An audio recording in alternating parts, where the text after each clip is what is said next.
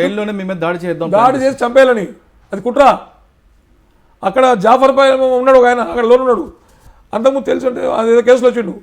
చెప్తే సార్ అంటే వాళ్ళకు తెలిసి ఉంటే సాఫ్ట్ కాపీస్ నైజాన్ అంటే నేను సపరేట్ సెంటర్ తీసుకుని అక్కడ జైలు అధికారితో రిక్వెస్ట్ చేసి, సార్ మీకు మీ కోర్టు డెసిగ్నేటెడ్ జైలు ఇది చెర్లపల్లి. చెర్లపల్లి ఏసీబీకి ఆఫీషియల్గా జైలు చెర్లపల్లి కదా. చెర్లపల్లి ఎందుకు పంపి నువ్వు అంటే అక్కడ ఉన్నాడు, ఆడపోయి ఇడిస్తే చంపాలి, సర్వేషన్ చంపేస్తే హాయి ఉంటుంది మొత్తం. ఇప్పుడు తెలంగాణ ఉద్యమంలో పోడు, రకరకాల మాటలు మాట్లాడాడు అని కథ.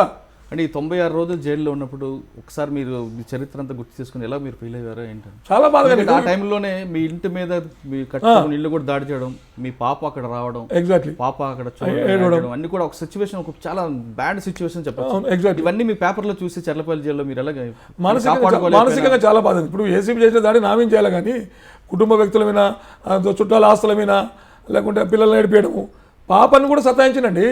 హైకోర్టు వెళ్ళి ఐపీఎస్ రిటేషన్, హైకోర్టు రిట్టేసి not to interfere with the liberty of the child girl అని రాసి తెచ్చినాం.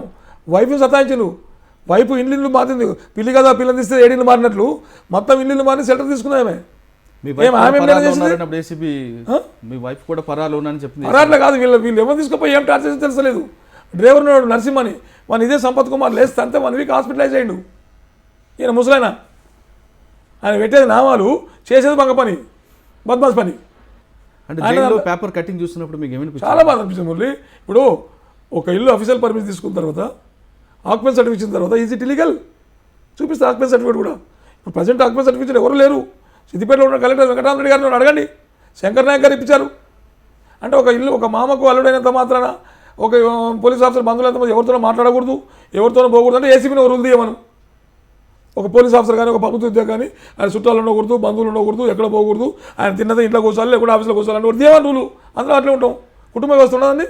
కుటుంబంలోనే అందరూ సతాయించడం, భార్య, ఫ్యామిలీ, పిల్లలు, దోస్తులు, బంధువులు మొత్తం 1150 మంది సతాయించరు.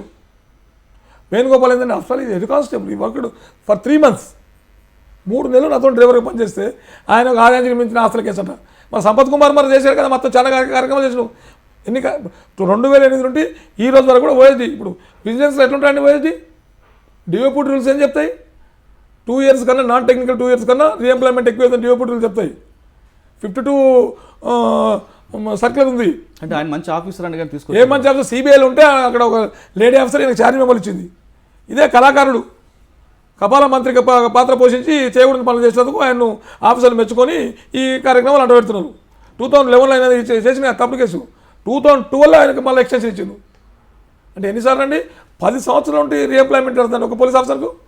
వాట్ ఈజ్ అన్ని తప్పుడు కేసులు. సంపత్ కుమార్ రెడ్డి గారు ఆథరైజ్ ఇచ్చిన పెట్టిన కేసు, ఆథరైజ్ ఇచ్చినట్టు ఎస్పీకి ఎలిజిబిలిటీ కాదు. అంటే ఆయన మిమ్మల్ని ఒక్కనే టార్గెట్ చేశారు? ఏసీబీలో చాలా మంది ఉండండి.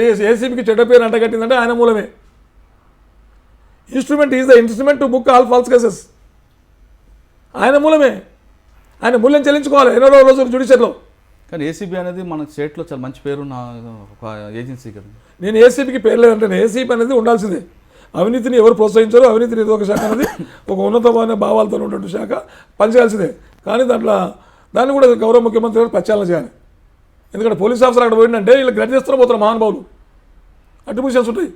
అందుకని దాన్ని కూడా ప్రచారం చేసి దాన్ని సపరేట్ రిక్రూట్మెంట్ పెట్టి చేస్తేనే నీతిని